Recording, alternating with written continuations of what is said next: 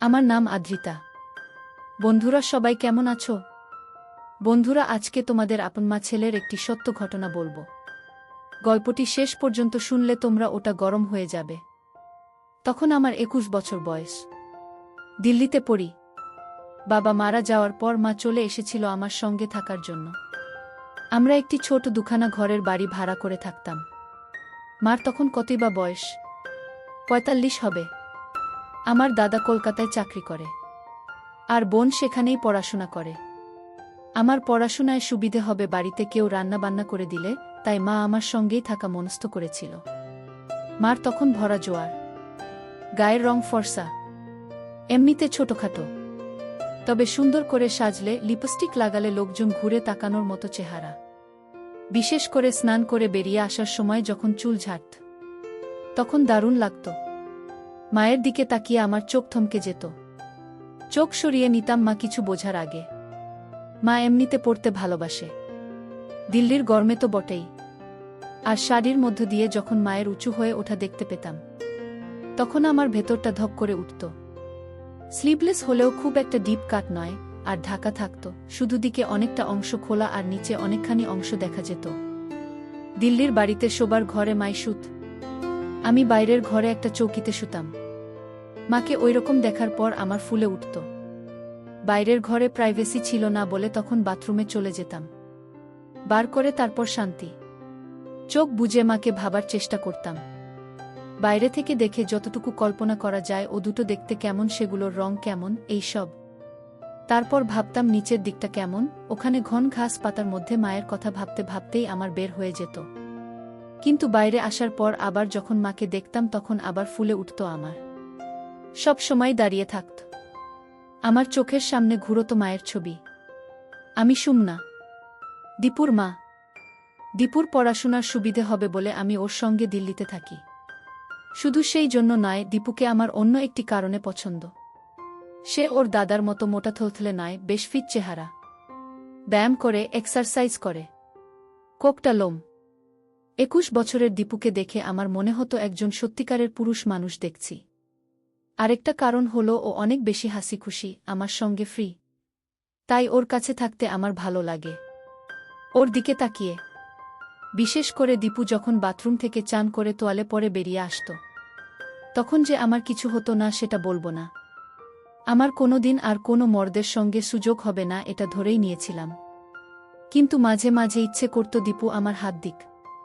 এক এক সময় স্বপ্ন দেখেছি দীপু আমাকে ওর হাত দিয়ে আমার দুটো শেষ করে দিচ্ছে। কিন্তু পরক্ষণেই ভেবেছি সেটা কখনো সম্ভব নয়। তবে নিজের লুকিয়ে রাখার চেষ্টাও করিনি, তাই বলে সালোয়ার কামিজের বদলে শাড়ি পরতাম। সালোয়ার কামিজে একটা সুবিধে হলো ওড়না না পড়লেও হয় বাড়িতে, আর তখন বাহার দেখানো যায়। কিন্তু আমার ইচ্ছে হলো দীপুকে আমার দেখানোর, আর তার জন্য শাড়িই ভালো। নানা ডিজাইনের অজুহাতে অনেক অংশ দেখানো যায়, বিশেষ করে কাছের জায়গাটা যে অনেকটা বড় সেটা আমি জানি। সেগুলো দীপুর চোখের সামনে তুলে ধরার জন্য শাড়ি বেস্ট। আমার মনে হতো মার দরকার, এখনই তো মার পূর্ণ পাওয়ার বয়স। আর মনে হতো আমি মাকে সেই দিতে পারি যা পেলে মাও খুশি হবে, কিন্তু যেটার কোনো সম্ভাবনা নেই জানতাম। একটাই সম্ভাবনা ছিল যে যদি মার মনেও একটু উসকুস থাকে, তাহলে একটু সাহস করে কিছু করলে হয়তো সাড়া দিতে পারে। এই কথা ভাবার পর আমার দিনরাতের ধ্যানগান হয়ে পড়ল কিভাবে মাকে তোলা যায়। কি টোপ গিলতে পারে মা? মাকে দেখে মনে হতো মারও নিশ্চয়ই মন আনচান করছে, কিন্তু কিছু বলতে পারছে না। আমি প্রায় ভিডিও দেখি, গল্প পড়ি, সেখানে মার সঙ্গে ছেলের সম্পর্ক নিয়ে অনেক কথা থাকে। ছবি ভিডিও তো আছেই, কিন্তু কি করে ওই অবস্থায় পৌঁছাবো সেটার কুল কিনারা পাচ্ছিলাম না। একবার মনে হলো রাত্রিরে মা শোবার ঘর থেকে রান্নাঘরে যায় জল আনতে বা পরের দিনের রান্নার জিনিস গোছাতে। আমি ভাবলাম ওই সময় যদি আমি বাইরের ঘরে শুয়ে হয়ে শুরু করি তাহলে কি হবে, কিন্তু অনেকবার ভেবে ওটা বাতিল করলাম। মা যদি উল্টো রেগে যায়, আমি যে স্বপ্নে বিভোর হয়ে থাকতাম সেটা হলো মা আমার সামনে নিজেকে ধরছে আর চাইছে আমি মার সঙ্গে। কল্পনা করতাম মা আমার সামনে একদিন রাতে এসে দাঁড়াবে, বিয়ের সাজের বুয়ের মতো, তার একটা একটা করে আমাকে দেখতে দেবে, যেন মা নিজেকে প্রেজেন্ট করছে, সবাই যেমন করে ক্লায়েন্টদের সামনে। কিন্তু আমাদের সম্পর্ক ঠিক বাবু আর ওদের মতো হবে না। হবে প্রেমের, ভালোবাসার। মার মুখে চোখে লজ্জা থাকবে, প্রেম নিবেদনার গরম ভয় শরম সব কিছু মেশানো থাকবে। আর তারপর মা দেখাবে, টেনে ধরে দেখিয়ে দেবে। আমার স্বপ্নে আমি তখন উঠে মার হাত ধরে আমার উপর রাখব। এই সব ভাবি আর দীর্ঘশ্বাস ফেলি। প্রশ্নটা হলো কিভাবে মাকে দেখাব? কোন অজুহাতে? একবার দেখলেই আন্দাজ করতে পারব মার মনে কোনো সুপ্ত ইচ্ছে আছে কিনা। একবার ভাবলাম আমি যদি কোনোভাবে মাকে ভিডিও দেখাতে পারি, ছবি বা ভিডিও, তাহলে হয়তো ওইদিকে মন যাবে ভাববে। কিন্তু সেটারই বা সুযোগ কোথায়? তখন ভাবলাম আরেকটু সাধারণ ব্যাপার থেকে শুরু করা যাক। একেবারে ভিডিওতে না গিয়ে যদি গোছের কিছু দেখাই, তাহলে মা কিছু টের পাবে না। আর আজকাল তো সেগুলোর কোনো অভাব নেই। প্রথমে একটু দাম দিয়ে হলেও ফ্যাশন ম্যাগাজিন রাখতে শুরু করলাম, যাতে কম মহিলার ছবি দেখে মায়ের মনে সুপ্ত বাসনা জেগে ওঠে। বিভিন্ন ডিজাইনের পাতাগুলো যে মা দেখছে সেটা লক্ষ্য করেছিলাম।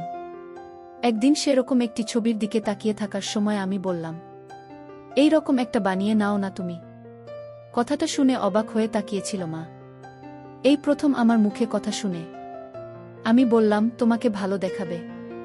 ছবিটা কাছে টেনে নিয়ে দেখলাম ছবি, কিন্তু অংশটা বেশ কিছু কাটা, আর দিকটাও লোকাট। আমি বললাম, তোমার পড়তে ইচ্ছে করছে। দীপু ওই ম্যাগাজিনগুলো আনতে শুরু করায় আমি খুব খুশি হয়েছিলাম। হয়তো দীপুও আমার দেখতে চায়, কাছে আসতে চায়, একটা অজুহাত খুঁজছে এমন মনে হয়েছিল। আমি দীপুর সামনে বসেই পাতাগুলো ওল্টাতাম যাতে ওর নজরে পড়ে। এই ছবিটা আমি অনেকক্ষণ ধরে দেখছিলাম, তাই সে কাছে এসে বলেছিল, এরকম পড়তে চাই কি না। দীপুর কথা শুনে মনে হয়েছিল দীপুকে আমার দিকে টানার চেষ্টা করব, ওকে তুলব। মা ছেলের মধ্যে সম্পর্কের সংস্কারটা একটা দূরত্ব আনবে ঠিকই, কিন্তু যদি ঠিক ঠিক কাজ করে যাই, তাহলে হয়তো সে আমাকে মা নয়, একজন মহিলা হিসেবে ভাবতে পারে। মহিলাও না, আমি সেই মুহূর্তে চাইছিলাম দীপু আমাকে একজন নষ্ট মেয়ে ভাবুক, যাতে তার মনে কথা জড়ো হয়। এই সব ভেবে আমার শক্ত হয়ে যেত, আর ভাবতাম কখন সেখানে দীপুর আঙুলের পাব। মা আমতা আমতা করে বলল, জাহি কি বলছিস, লোকে কি বলবে? আমি বললাম, কেন, লোকে বলার কি আছে? তোমার কি এমন বয়স? দেখো, এরকম ভালো লাগবে। কথাটা শুনে মা লজ্জা পেল, মুখ লাল হয়ে গিয়েছিল এক মুহূর্তের জন্য, ধ্যাত বলে ছেড়ে দিয়েছিল। কিন্তু আমি ছাড়িনি। আমি বললাম, তোমাকে বানিয়ে দেব, ওটা হবে আমার গিফট। তারপর বললাম, চলো ওরকম একটা শাড়ি কিনে আনি। মা বলল, ও বাবা, আমি ট্রান্সপারেন্ট শাড়ি পরে বেরোতে পারবো না। আমি বললাম, ঠিক আছে, বাইরে পড়তে হবে না, কিন্তু তুমি একেবারে সাজবে না, সেটা হয় না। তুমি একটু সাজুগুজু করলে তোমার মন ভালো থাকবে, এতে লাভ হয়েছিল। একদিন মা কাজ করতে করতে হঠাৎ বলল, আচ্ছা দীপু, আমি খুব মোটা হয়ে গেছি না? মা উপর থেকে সরিয়ে আমাকে দেখানোর চেষ্টা করছিল, গলা একটু আড়ষ্টতা। বুঝলাম মা অনেক ভেবে এই প্রশ্নটা করেছে, হয়তো আমাকে তার দেখাতে চায় এই কথা বলে, কারণ তখন নিচে উদ্ধত দেখা যাচ্ছিল, একটা পরিষ্কার দেখা যাচ্ছিল। আমি বললাম, না মানে কেন বলো তো? না রে, কেমন একটা থলথলে হয়ে গেছি। ম্যাগাজিনের মডেলের ছবি দেখে তোমার এই কথা মনে হচ্ছে? মা মাথা নেড়ে সায় দিল। কি করি বলতো? কি আবার? এক্সারসাইজ করো, ওটা তো জমেছে, চলে যাবে। কি এক্সারসাইজ করব বলতো? আমি ওই জিম টিমে যেতে পারবো না। ঘরে বসে কিছু করলে কমবে, ঘরে বসেই তো আমি এক্সারসাইজ করতে পারো তো। এই বলে ভাবলাম একটা সুযোগ নেই। বললাম, কিন্তু তার জন্য অন্য জামা পরতে হবে, পরে তো আর ওসব করতে পারবে না। কি জামা? আমি সাহস করে বললাম, তাহলে পায়ে শাড়ি জড়িয়ে যাবে না? কথাটা উচ্চারণ করার সময় আমার রক্ত গরম হয়ে উঠেছিল। আমার হাত রেখে মার দুটো দেখানোর ভঙ্গিতে বললাম, এগুলো শক্ত করে আটকে রাখতে হবে তো। মার বোধহয় কথা মনে ধরেছিল, কাছে এসে বলল, কোথায় কিনি বলতো? আমি বললাম, এগুলো তো অনলাইনেই পাওয়া যায়, এখান থেকেই অর্ডার করে দিচ্ছি। বলে ল্যাপটপটা কাছে আনলাম, পাশে বসার ইঙ্গিত করে বললাম, এখুনি করে দিচ্ছি। মা যেন লজ্জা পেল একটু, বলল, না না, আমি নিজে কিনে নেব। কিন্তু কোনো দোকানে পাবো রে? দূর, কোথায় খুঁজতে যাবে? সব দোকানে পাবেও না, এখুনি হয়ে যাবে, এসো। শুনে মা কাছে এসে বসল। আমি অনলাইন স্টোরসের সাইট খুলে সার্চ করলাম, মডেলদের ছবি ফুটে উঠল। নানান ভঙ্গিতে পোজ করা। যেন খুব সাধারণ কথা বলছি সেই ভঙ্গিতে বললাম। মা একটু থতমত খেয়ে গেল এই ডিরেক্ট প্রশ্নে। তারপর আমার দিকে না তাকিয়ে বলল। আমি সুযোগ বুঝে একবার মার দিকে তাকিয়ে নিলাম। কোনো দরকার ছিল না, তবু মাকে বোঝাবার জন্য যে আমি মার দেখতে চাই। মা টের পেয়ে গুছিয়ে বসল। কিন্তু ঠিক পরের মুহূর্তেই মা হাত তুলে চুলে দিতে লাগল। আর আমি মার সব পরিষ্কার দেখতে পেলাম। তখন আমার গরম হয়ে গিয়েছিল। মা যে ভঙ্গি করছে সেটা স্পষ্ট বুঝতে পেরেছিলাম। মনে মনে ভাবলাম, দাদাও দেখাচ্ছি তোমায়। এই প্রথম মাকে প্রেমিকার রূপে ভাবলাম। তোমার ব্যবস্থা করছি আমি এবার আর চোখ সরিয়ে নিলাম না। যতক্ষণ পারি নির্লজ্জের মতো মার দেখলাম। একবার মার সঙ্গে দৃষ্টি বিনিময় হল। দেখলাম মা তখনও চুল ঠিক করার ভান করে মেলে ধরেছে আমার সামনে। আমি ইচ্ছে করেই ছেনালিপনা করেছিলাম। আমি চেয়েছিলাম দীপু ভালো করে দেখুক আর জানুক যে আমি সেটা উপভোগ করছি। আমি চাই দীপু বুঝে নিক যে আমার দিকে তার চাহনি আমার ভালো লাগে। দীপু যখন আমার দিকে হা করে তাকিয়েছিল, আমি আর চোখে দীপুর দিকে তাকিয়েছিলাম। দেখেছিলাম সেখানে একটা বলিষ্ঠ রয়েছে। সেটা দেখতে পেয়ে আমি আমার হাত আরও কিছুক্ষণ উপরে রেখেছিলাম। আমি তাকিয়ে আছি দেখে মা হেসে জিজ্ঞেস করল, কি বিশ্বাস হচ্ছে না? অত দেখতে হবে না। আমার মুখে কথা সরছিল না। বললাম, তোমার যা সুন্দর লাগছে না, একই কথা বলে যাচ্ছে শুধু। কোথায় আমার আরেকটু ভালো হবে সেটা না, একটু চাইছি এক্সারসাইজ করার কথা। আর ছেলে শুধু ভালো বলেই যাচ্ছে। ওরকম কথায় ভালো না বেশে সত্যি সত্যি একটু সাজেশন দে তো দেখি। তারপর বলল, আচ্ছা শুনেছি নাকি নাচ প্র্যাকটিস করলে কমে? সবাই বলে বেলি ড্যান্সিংয়ের কথা। কমে যায় নাকি? আর নাচটাও শেখা হলো? কি বলিস তুই? আমি জানতাম দীপু লুকিয়ে লুকিয়ে ড্যান্সিংয়ের ভিডিও ক্লিপ দেখে, তাই এই কথা তুলেছিলাম। ড্যান্সিং শিখলে আমার দুটো লাভ ভালো হবে। আর দীপুকে দুলুনির নাচ দেখিয়ে আমার দিকে আকৃষ্ট করব। কোনো মেয়ে যদি নিয়ে কম কাপড় পরে ড্যান্সিং করে দেখায়, তাহলে যে কোনো পুরুষ ঘায়েল হতে বাধ্য। এর মতো নাচ পৃথিবীতে নেই। আর এতে কম পড়ার হাজার অবকাশ আছে, অজুহাত আছে। এমনকি আমি তো কল্পনাও করেছি এক সময় ড্যান্সিংয়ের নাচ দেখাতে দেখাতে দীপুর সামনে একটা একটা করে করে দেখাবো। একসেট হয়ে নাচব। তখন কি আর আমাকে ছাড়া ওর আর কোনো গতান্তর থাকবে? আমি তো মনে মনে কস্টিউমগুলোও ভেবে রেখেছি। পায়ের দিকটা স্লিট করা থাকবে যাতে দেখা যায়। আর দিকটা যত হয় তত ভালো। আমার কত দিনের ইচ্ছে একের পর এক দীপুর সামনে নিজেকে দিই। কেমন মনে হয় এটা হলেই আমি ধন্য হব। আমার তখন শুধু একটা ধ্যানগান, কিভাবে দীপুর সামনে হব। আর দীপু আমাকে ইচ্ছে মতো ওর শক্তসমর্থ কাছে আত্মসমর্পণ করাটাই আমার হয়ে দাঁড়িয়েছিল তখন। কিন্তু তার আগে ওকে একটু তাতিয়ে তুলতে চাই, যাতে আমি যখন ওর সামনে নিজেকে ধরব সে যেন ঠিকমতো রেসপন্ড করে।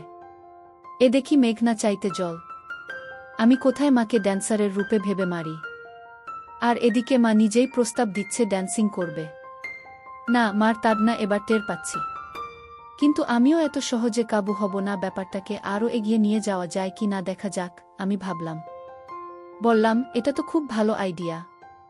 আমিও শুনেছি, কিন্তু কোথায় শিখবে? এই কাছেই একজন শেখায়। আমি কথা বলেছি, আমার একটা কিছু শেখা হবে, এক্সারসাইজও হবে। কিন্তু এত ভাবছ কেন? আরে তোর দাদাবোন তো শুনেই রেগে যাবে। মা ড্যান্সিং করছে, আর চারপাশের লোকজন আছে না। একটু ওই নাচ কি না? শোনো, তুমি তো আর কোথাও পারফরম্যান্স দিতে যাচ্ছ না। কাউকেই জানানোর দরকার নেই। সেটাও ঠিক, শুধু ক্লাসের লোকজন দেখবে, আর কেউ না, আমিও না। মা তখন এগিয়ে এসে আমার বলল, ও আমার সুইট বেবি, অফকোর্স তুই চাইলে দেখাব। আমি ততক্ষণে ল্যাপটপ খুলে ইন্টারনেটে কিছু ড্যান্সিংয়ের ছবি সার্চ করলাম। মা কাছে এসে বলল, এই দেখ, কোনো নেই। মা দেখাচ্ছিল আর আমি দেখছিলাম। মার দিকে তাকিয়ে বললাম, তোমাকে কিন্তু হেভি লাগবে। মা চোখ মেরে বলল। আমি অপ্রস্তুত হয়ে কিছু বলতে যাচ্ছিলাম। মা হালকা হেসে বলল, আমি জানি তুই কি ভাবছিস। আমি বললাম, আচ্ছা তোমাকে একটা জিনিস বলবো। মা রাগ করবে না তো? মা অবাক হয়ে বলল, না। কি রাগ করবে না বলো? আরে বাবা, করব না। বলতো দেখি, তুমি এখন থেকে প্লিজ ইউজ করো না তোমার হাতের নিচে। শয়তান ছেলে বললেই হলো। কেন? মায়ের মুখে কথাটা শুনে আমার আরও শক্ত হয়ে উঠেছিল।